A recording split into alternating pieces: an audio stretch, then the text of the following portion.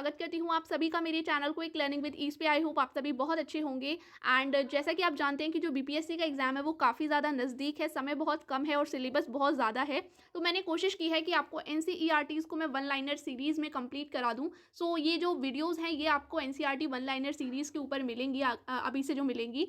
सो यहाँ पे हम सबसे पहले कंप्लीट करेंगे 6 से लेके 8th क्लास तक की एनसीईआरटीज़ को। इसके बाद हम कंप्लीट करेंगे 9th एंड 10th क्लास के इंपॉर्टेंट चैप्टर्स को। मैं कोशिश करूंगी कि जल्दी से जल्दी आपको पहले 6 to 8 क्लास की जो एनसीईआरटी उन्हें कंप्लीट करा दूं। इसके बाद 9th एंड 10th क्लास के जो भी इंपॉर्टेंट चैप्टर जहां से क्वेश्चन जरूर पूछे जाते हैं उन्हें भी हम कंप्लीट कर लें। ठीक है, सो आप इस सीरीज से जुड़ सकते हैं अगर आप एग्जाम की प्रिपरेशन कर रहे हैं। होप सो आपको यहाँ से बहुत ज़्यादा हेल्प मिलेगी।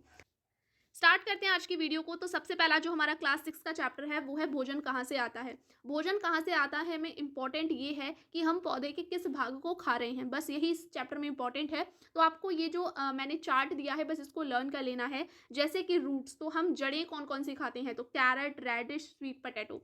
ठीक है, स्टेम हम कौन कौन से खाते हैं, banana, sugarcane, potato, ginger. Question ये आएगा कि अदरक क्या है, तो अदरक हमारा एक तना है। आलू क्या है, आलू हमारा एक तना है। ठीक है, लीव्स हम कौन कौन सी खाते हैं, तो करी लीव्स, कड़ी पत्ता हो गया, चौलाई की लीव्स हो गई, इसके बाद सलाद की लीव्स हो गई, इसके बाद कसूरी मेथी की लीव्स हमारी हो गई, धनिया हो गया हमारा, पालक हो गया, ये सारी हम क्या है पत्ते खाते हैं। इसके बाद अगर फ्लावर्स की बात करें तो हम कॉलीफ्लावर खाते हैं, ब्रोकली खाते हैं। ठीक है, केले के पत्ते की सब्जी हम खाते हैं। इसके बाद हम कद्दू के पत्तों की सब्जी भी खाते हैं। इसके बाद अगर हम सीड्स की बात करें तो सीड्स में हमारे चिकपी, मेज, किडनी बीन्स, चना आ जाता है, राजमा आ जाता है, चावल आ जाते हैं, गेहूं आ जाता है। ठीक है, मूंगफली आ जाती है। तो ये सब क्या है, हमारे सीड्स हैं। इसके बाद अगर फ्रूट्स की बात करें तो एप्पल, बनाना, गुवावा, मैंगो, अनार, पॉमग्रेनेट जिसको हम बोलते हैं, वाटरमेलन, पीच, ये सब हमारे क्या है फ्रूट्स हैं। इसके बाद कुछ ऐसे फ्रूट्स हैं जिनको हम क्या है वेजिटेबल टर्म करते हैं, मतलब कि है तो वो फ्रूट लेकिन हम उनको वेजिटेबल मानते हैं या वेजिटेबल की तरह यूज करते हैं। कौन कौन से हैं, brinjal, tomato, lady finger, pumpkin. ठीक है, तो ये सारे हमारे जो टोमेटो है ये हमारा फ्रूट के अंदर आता है, ब्रिंजल भी हमारा फ्रूट के अंदर आता है, लेकिन हम इनको सब्जियों की तरह यूज करते हैं। तो आपके इस चैप्टर में यही चीज इंपॉर्टेंट है, आपको सिर्फ ये याद रखना है कि आलू क्या है, तो आलू एक तना है। ठीक है, क्वेश्चन ऐसे आएगा कि आलू क्या है, रूट है, स्टेम है, राइजोम है, इस तरीके का। ठीक है, तो आपको आंसर लगाना है कि स्टेम है। हो गया आपका यहाँ पे फर्स्ट चैप्टर। नेक्स्ट अब हम देखते हैं, ये इंपॉर्टेंट चैप्टर है भोजन के घटक। ठीक है, तो भोजन के घटक से क्वेश्चन अच्छे खासे आ जाएंगे। तो आपको ये मैंने चैप्टर पूरा वन लाइनर फॉर्म में ही इसी तरीके से है। देखिए, तो हमारा जो प्रत्येक व्यंजन है वो एक या एक से अधिक कच्ची सामग्री से बनता है जो कि हमें जंतुओं से मिलते हैं। ठीक है, तो हमारी जो सामग्री है खाने की, जो भी व्यंजन है वो सब हमारी क्या है, उसकी कच्ची सामग्री हमको या तो पेड़ों से मिलती है, जंतुओं से मिलती है। कच्ची सामग्री हमारे शरीर के लिए कुछ आवश्यक घटक होते हैं। तो जो कच्ची सामग्री होती है उसके अंदर हमारे जो बॉडी के लिए इंपॉर्टेंट न्यूट्रिएंट होते हैं वो सारे इसके अंदर होते हैं। जैसे कि अगर घटकों के हम नाम की बात करें तो वो है कार्बोहाइड्रेट, प्रोटीन, वसा, विटामिन, खनिज और लवण। ठीक है, नेक्स्ट क्या है, इसके अलावा हमारे भोजन में रूक्षांश और जल भी शामिल होता है। तो जो हमारे फाइबर्स हो गए और वाटर हो गया ये भी हमारी बॉडी के लिए इंपॉर्टेंट है। अब हमारे जो विभिन्न पोषक तत्व हैं वो हमारे शरीर के लिए करते क्या हैं, तो देखो कार्बोहाइड्रेट और वसा, ये जो मैं आपको पढ़ा रही हूँ ये लाइन टू लाइन आपकी एनसीईआरटीज की लाइन है। ठीक है, आप पढ़ेंगे आपको डिट्टो यही लाइन्स मिलेंगी। तो मैंने लाइन टू लाइन आपको यहाँ पे कवर करा रही हूँ चैप्टर। तो देखिए, हमारे शरीर दोनों को जो हमारे शरीर हैं उसको दोनों ही क्या है ऊर्जा प्रदान करते हैं। कार्बोहाइड्रेट और वसा दोनों ही हमारे शरीर को ऊर्जा प्रदान करते हैं, इसलिए हम इनको ना ऊर्जा देने वाला भोजन भी कहते हैं। इसके बाद लेकिन बात क्या है, दोनों के बीच में डिफरेंस क्या है कि कार्बोहाइड्रेट जो है वो वसा से अधिक मात्रा में ऊर्जा प्रदान करता है। ठीक है, दोनों ही हमको ऊर्जा देते हैं लेकिन कार्बोहाइड्रेट वसा से ज़्यादा, मतलब फैट से ज़्यादा हमको एनर्जी प्रोवाइड करता है। नेक्स्ट है, अगर हम उदाहरण की बात करें तो हमारा जो कार्बोहाइड्रेट है वो किस किस में मिलता है, तो मिलता है आलू में, गन्ना, पपीता, तरबूज, गेहूं, चावल, बाजरा और मक्का। और अगर ये पूछा जाए कि सबसे ज़्यादा कार्बोहाइड्रेट किस फूड में मिलता है, तो आपके चावल में सबसे ज़्यादा कार्बोहाइड्रेट मिलता है।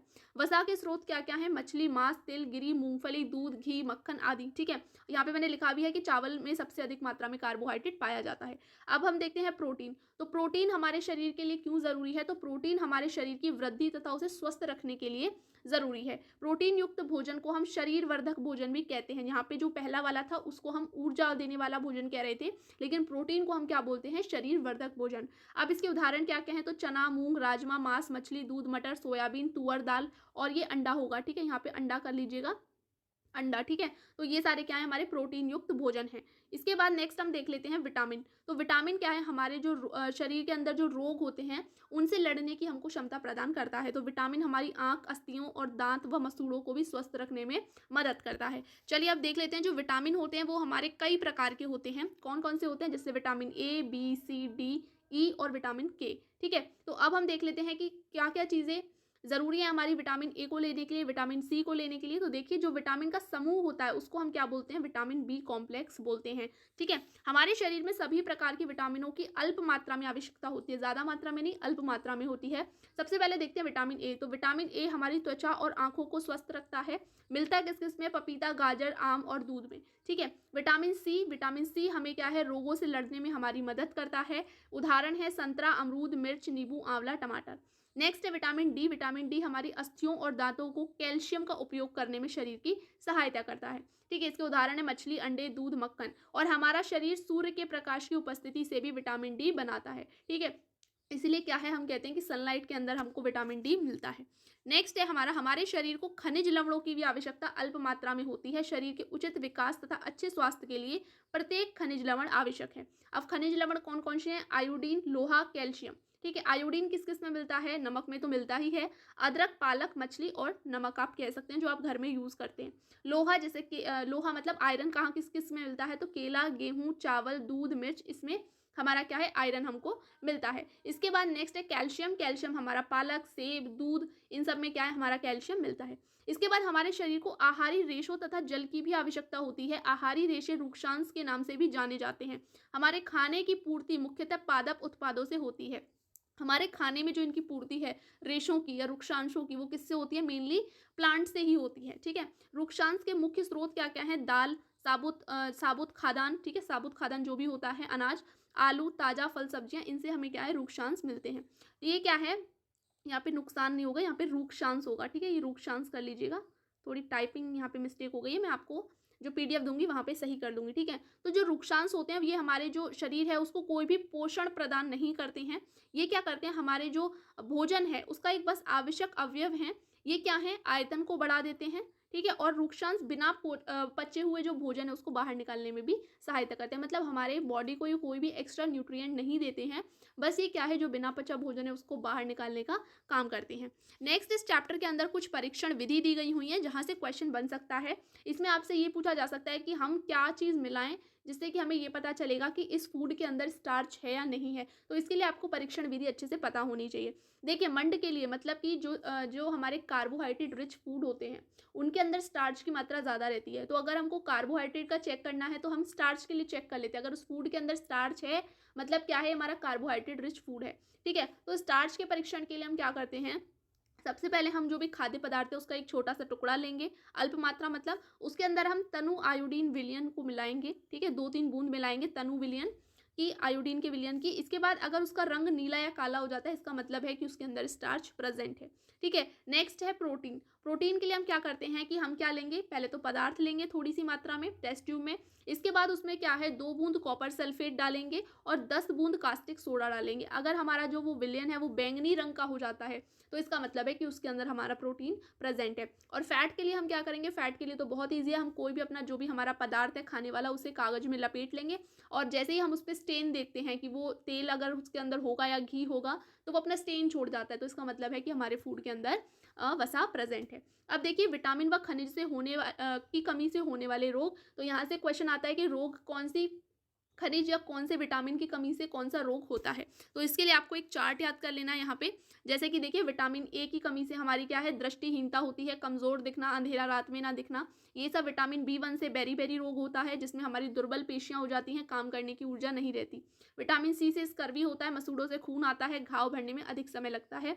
विटामिन डी से रिकेट्स हो जाता है जो कि अस्थियां हमारी मुलायम हो जाती हैं और मुड़ने लग जाती हैं।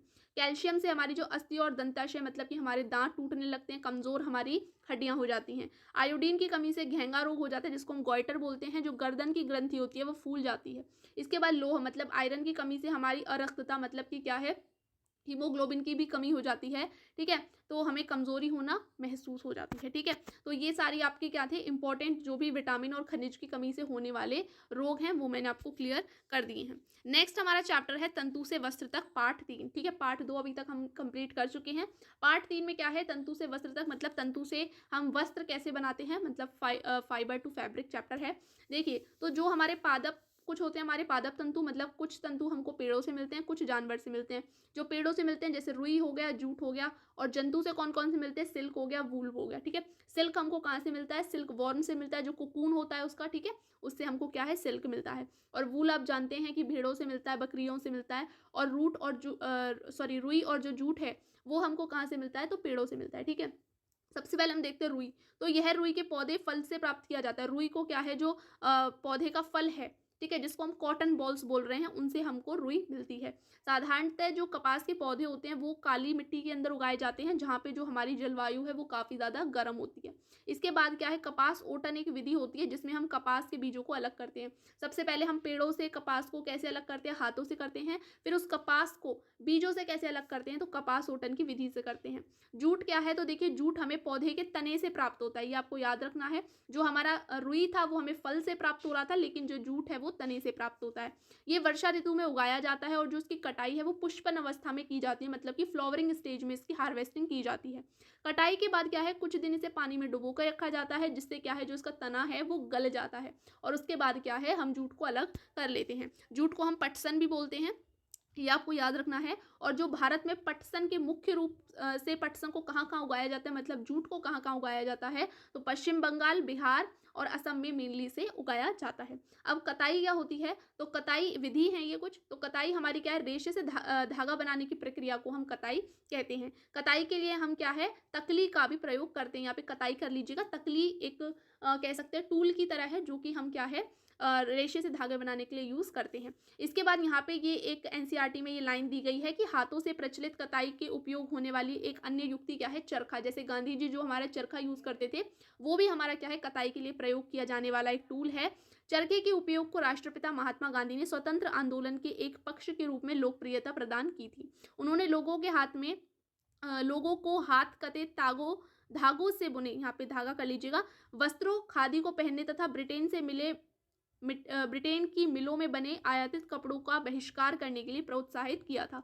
खादी के जो प्रचलन है उसको बढ़ावा देने के लिए भारत सरकार ने 1956 में एक संगठन का निर्माण किया, जिसे खादी एवं ग्रामोद्योग आयोग कहते हैं। तो ये लाइन आपके लिए इंपॉर्टेंट है।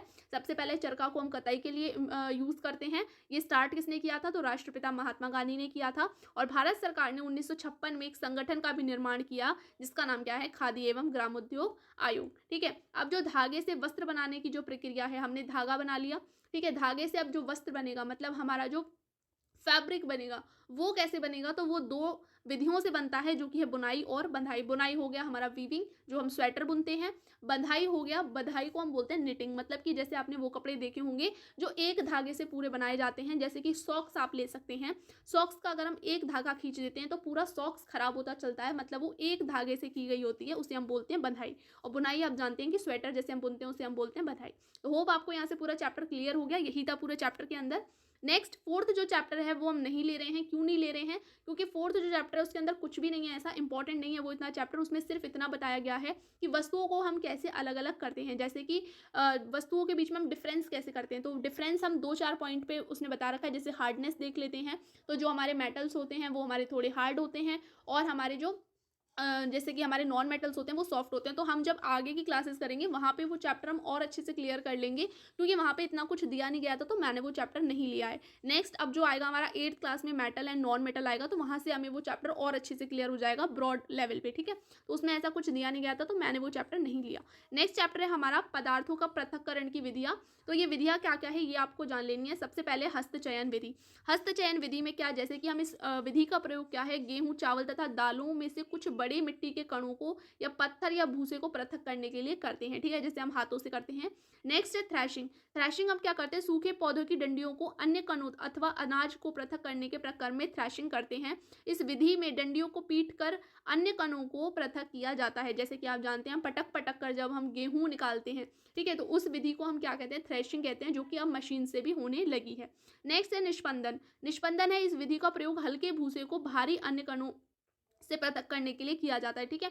तो मतलब इसको क्या है, इस विधि में हम वायु के झोंकों का भी क्या है प्रयोग करते हैं। वायु के झोंकों द्वारा मिश्रण से भारी तथा हल्के अवयवों को पृथक करने में किया जा सकता है। जैसे कि हमको भूसा अलग करना है, ठीक है, और अन्य जो हमारे कण हैं वो अलग करने हैं, तो हम इस विधि का प्रयोग करते हैं, ठीक है, हल्के और भारी के बीच में तो हम करेंगे निष्पंदन का।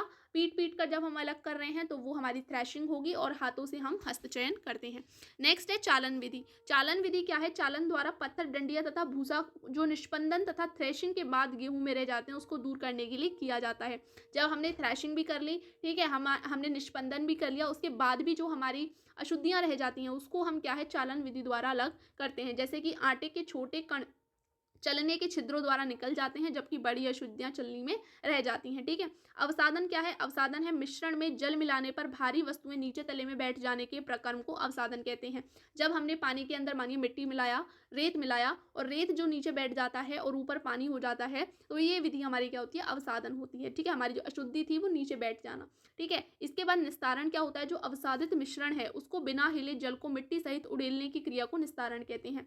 अब अगर हमने पानी के अंदर रेत को मिलाया और हम अलग करना चाहते हैं पानी को, तो हम क्या करेंगे? बिना हिलाए उसे क्या है तुरंत की तुरंत दूसरे गिलास के अंदर पानी को ले लेंगे। तो इस विधि को हम क्या बोलते हैं? निस्तारण।